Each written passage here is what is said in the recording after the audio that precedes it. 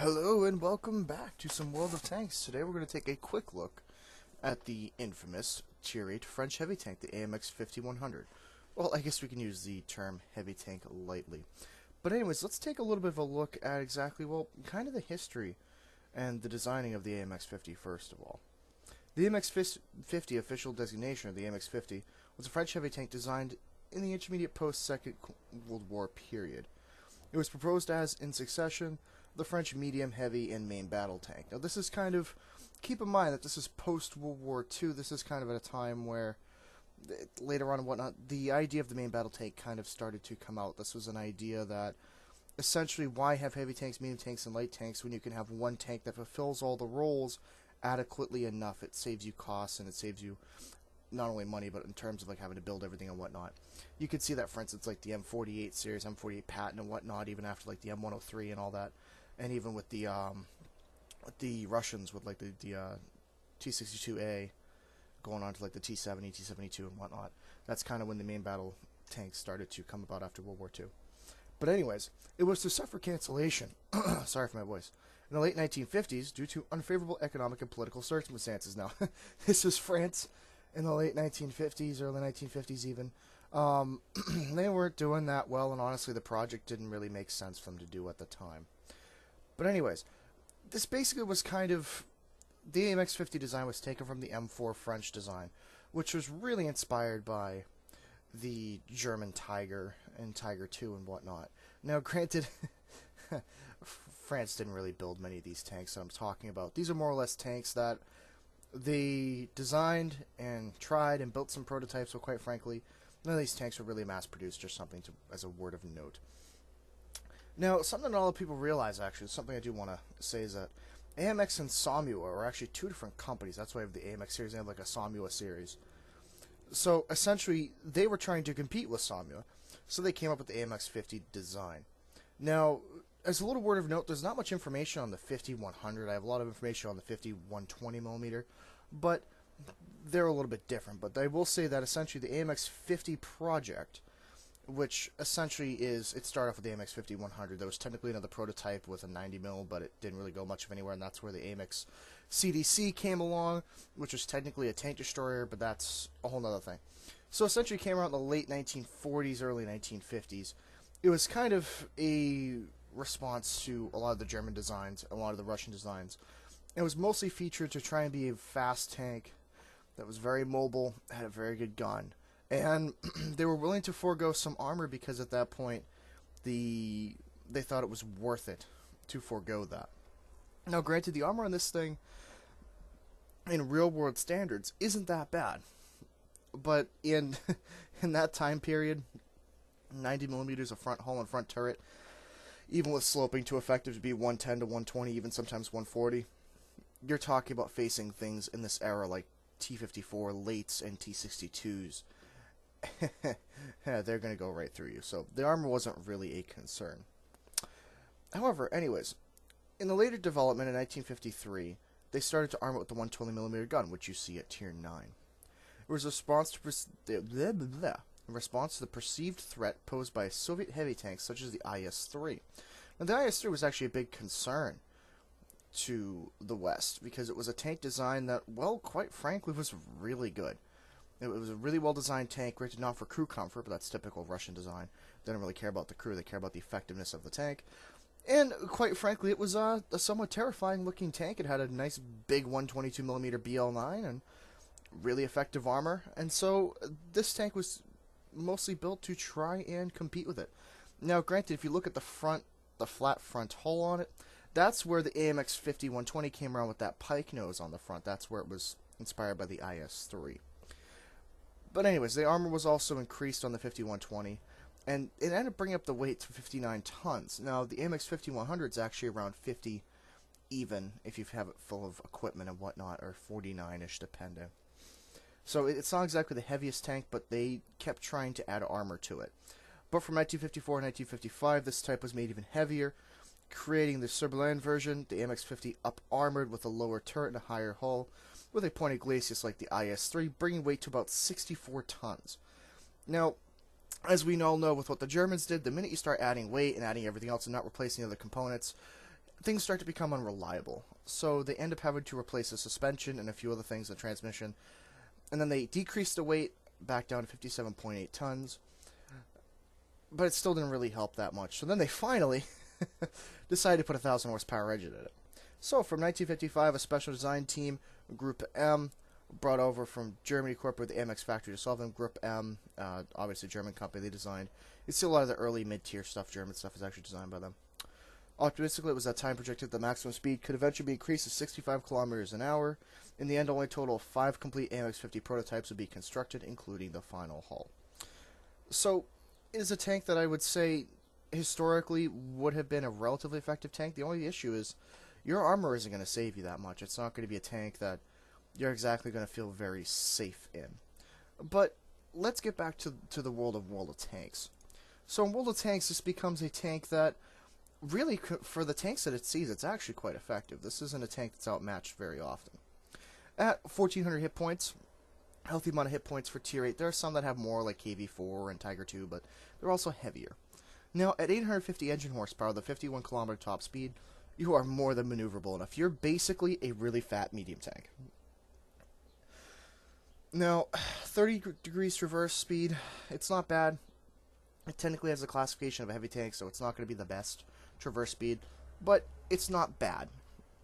Now, the armor on this thing, just to really drive it home, don't rely on it to bounce any shots. You'll occasionally bounce shots off the top of the turret, but don't even bother trying to do that.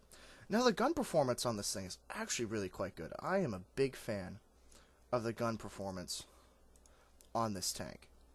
And, well, some people say, well, is it really that good? Well, yeah, it is. Now, first of all, it's a 6-shot autoloader that basically has 225 penetration, doing 300 and, oh my god, my screen moved, there we go, doing, 232 penetration against Tiger 2, with 300 damage per shot. Now, granted, the loading time for the magazine is 50 seconds, so you really have to take your time and make sure that when you're going to reload, you have the space. However, the accuracy is just good enough at 0.36. The accuracy on this tank, I will say, is good enough to make it work. It's not the worst accuracy, it's not the greatest accuracy, it is enough to make it work. Now, view range, yet again, 380 meters. You're not going to be spotting that much, but it's not really what this tank's designed to do. Essentially, this tank is designed to be kind of your hunter-killer, essentially. This is an assassin tank. This is the tank that you see an enemy you want dead, you go, and you take them out, and that's what you do. That's all you have to do. So without further ado, that kind of sums up the tank's stats. Now, how does it exactly play in World of Tanks? This is a tank that I find to be extremely effective at Tier 8. It's one of the most feared Tier 8 tanks. Yes, it does face its nemesis, the IS-3, and it can do well against the IS-3. I would say the 5100 is one of the few Tier 8 tanks I would say that if it's put into a Tier 10 match, you don't have that many worries. You can still do a ton of damage. Which is something that's actually quite important, because you can do 1800 damage in the mag. There are even some Tier 9s that you can completely one-mag. And most Tier 10s, if they take a hit or two, you can one-mag them as well. So within 10 or 15 seconds, you can kill a somewhat damaged Tier 10 really quickly. I would also say that this tank, it's very mobile, but try not to let that get you into trouble. That's the other thing I see with 5100s. If you don't know how to play it, if you use this speed, because the issue is you can move like a very fast light tank or medium tank, you can get yourself into situations. I would say play reserved with it. You're a support tank. You're not there to take hits. You're not there to bounce anything. You're there to dish out damage, and that's it. That being said, never be alone in this tank. Never be the first one out. And make sure you keep your health points to the end of the game. That way, if you alone have to face Tier 10s or 9s, even other Tier 8s that are already damaged, you can always afford to take the hit and kill them. There is no Tier 8 tank that you cannot one-mag if you hit every shot. Now, I will say the premium rounds with 263, that means that if you have to load a premium mag, you can. And you are pretty much guaranteed to pen that enemy tank. Now, so guaranteed at Tier 8, even Tier 9, as long as you know where you're shooting. But the point being, you're fast enough on any other heavy tank, you get around the flanks, get around the sides, make them turn their turret, shoot their flat armor. If you're facing a medium tank, there aren't really any other medium tanks besides the T-54, and maybe even the Pershing at certain times that might bounce your shots. Besides that, everything else you're going to pretty much go through. And so anyways, without any further ado, let's get into some gameplay. And here we are. Alright. So here we are in AMX 5100 battle. And, well, we're top tier. This is when the 5100, quite frankly, if you're running 5100 and you're top tier, you should expect to do very well. Now I'm here with Black Wolf and Lieutenant. Oh, by the way, a quick little word of note. For some reason, my recording software refused to record anything faster than 25 FPS. It just wanted to do it, so it might be a little bit stuttery here and there. But anyways, let's get on to this. So we have a 112 on our team with myself, IS-6, couple T-34s, Super Pershing, Tiger. We have artillery, GW Tiger P, and then a bunch of Tier 7s and a couple Tier 6s, and an ELC. Or they have an IS-6, T-32, Tiger 2, Indian Panzer, Tiger 88, FV-207, a couple of the A-45s, and then some Tier 7s and 6s. The only reason I don't worry about Tier 7s is because this thing eats them for breakfast, lunch, and dinner. This thing doesn't really have any problems. Now, if you notice with my platoon, we're all staying at the same way. They're both in T-34s, I'm in a 5100. I am there to support those two. Those two have the highest alpha damage here, if you want to exclude artillery, of actual tanks. They have the highest alpha damage and the best penetration. So I'm here to support these two, because these two have a long reload. Even though I do also, but while they're reloading, I can pretty much kill any one of the enemy tanks if they decide to push them. And that's really one of the keys with the 5100. You have to be with your allies. If you don't stick with them, you aren't going to do much of anything. You're going to be pretty useless. So anyways, you get up to this position, I like to go to the right flank over here. I feel like this is a much more supportive role. They're going to go to the typical heavy tank spot and start tanking it out with the enemies. It seems like lately this spot has kind of become, essentially, if people don't know how to play, they'll try and push up. Lieutenant fires a shot. I think he missed. Black Wolf hits. T-150's down to half health. Let's see, we got an IS right there.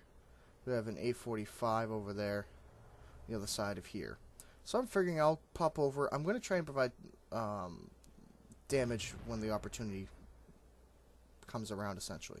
I had a couple IS, well, I have an IS and an IS-2 with me. I go around here, put in a shot, put in another shot, back off, he's looking my way. I'll let these guys tank it out.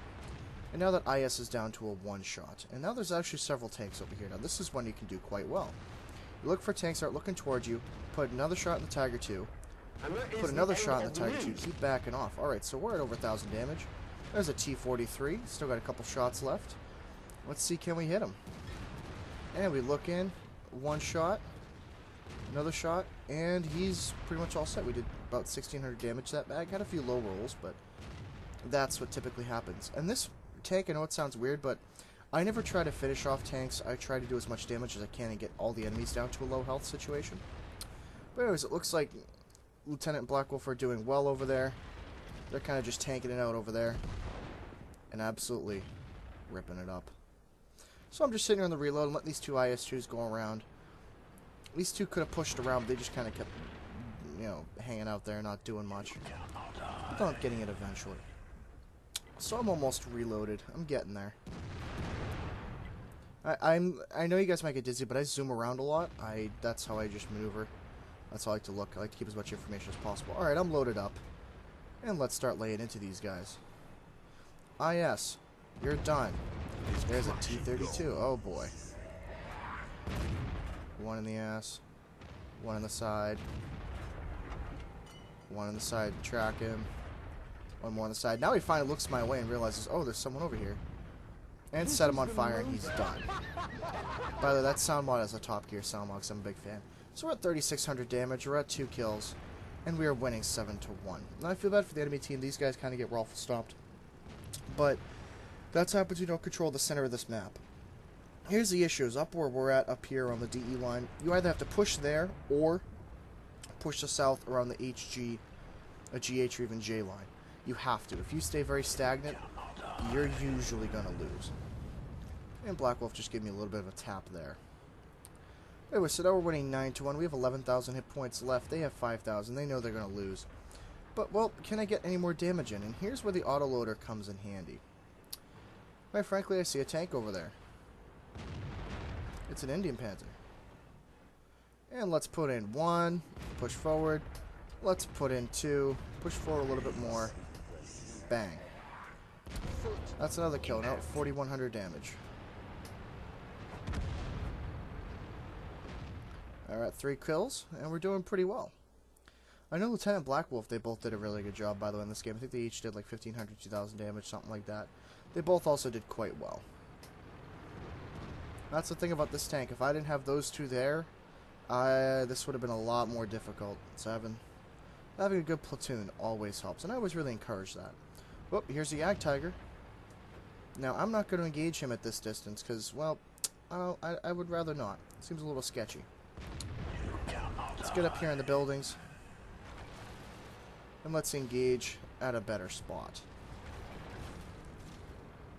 So, wait for him to poke around. I can take a hit. And just put one to his lower glacis, and then put another one. He's all set. 4,700 damage. And I'm figuring out the Artie might be back here. And sure enough, there he is. Aim it. Bang. Even just dodged that shot. That was close. And I'm going to go in for the ram. And I'm going to get it.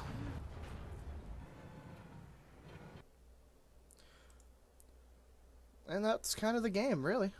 So,